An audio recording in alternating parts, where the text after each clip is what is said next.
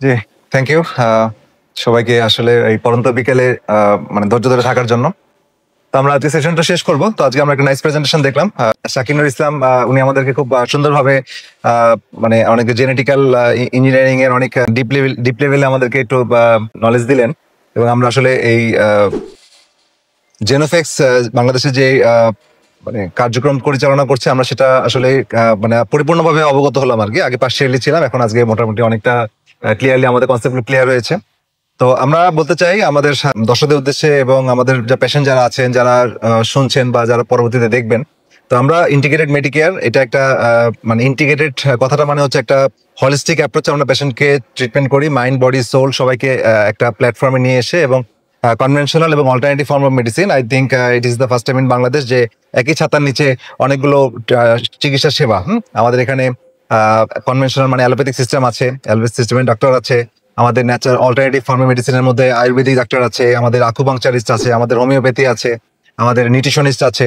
তো সবাইকে একটা মানে একটা অ্যাপ্রোচের মাধ্যমে নিয়ে আসা। কিন্তু তারপরেও আমরা যেহেতু ফাংশনাল মেডিসিনে অলওয়েজ একটা কথা বলি যে আমরা try to find out the root cause of the chronic disease, because মানুষ এখন ক্রনিক ডিজিজে আক্রান্ত, এবং ক্রনিক ডিজিজটা আসলে যেটা বললেন যে মানে বিলিয়ন বিলিয়ন ডলার, হ্যাঁ, তার জিডিপির একটা অংশ চলে যাচ্ছে, বা তার বাজেটে একটা অংশ চলে যাচ্ছে একটা প্রত্যেকটা দেশের, এবং উন্নত বিশ্বে এটা কিন্তু আরো বেশি, তাদের ইন্স্যুরেন্সের উপর বাজেট মানে সমস্যা হয়।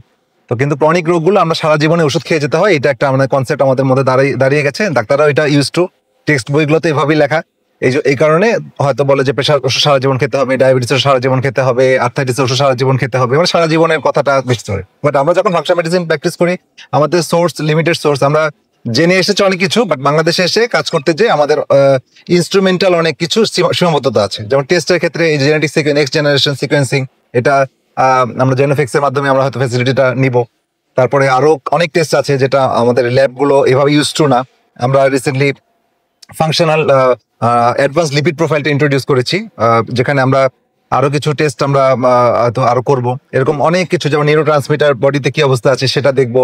হ্যাঁ, তো এটা আমাদের টাইম টু টাইম অনেকগুলো প্যারামিটার আমরা দেখার ইচ্ছা আছে, এবং এটা আমরা হয়তো অবশ্যই করবো। যেহেতু এই ট্রিটমেন্ট করতে গেলে, রুট কজ ফাইন্ড আউট করতে গেলে, যত বেশি আমি প্রেসাইজ ওয়েতে মানুষের প্রবলেমটাকে আইডেন্টিফাই করতে পারবো, আমার ট্রিটমেন্টটা তত প্রেসাইজ হবে। তো যাই হোক, আজকের প্রেজেন্টেশনে আমরা এই জিনিসটা জানলাম, এবং আমরা বিশ্বাস করি যে আমাদের এই সেবাটা আমরা চালু করলাম বায়োল্যাবের সাথে। তো এবং যারা আমাদের পেশেন্টরা আছেন, যারা বেশি ওয়েল অ্যালার্ট এবং কনসাস এবং আসলে টার্গেট বেসড ট্রিটমেন্টটা চান, তারা এই তাদের আসলে পেটের এনভায়রনমেন্ট, মাইক্রোবায়োমের যে এনভায়রনমেন্টটা, হ্যাঁ, বা তাদের যে ডিসবায়োসিস আছে কিনা, কি ধরনের ব্যাকটেরিয়া আছে, তো সবগুলো জেনে আরো বেশি আমরা টার্গেটেড তাদেরকে ডায়েট চার্টটা দিতে চাই।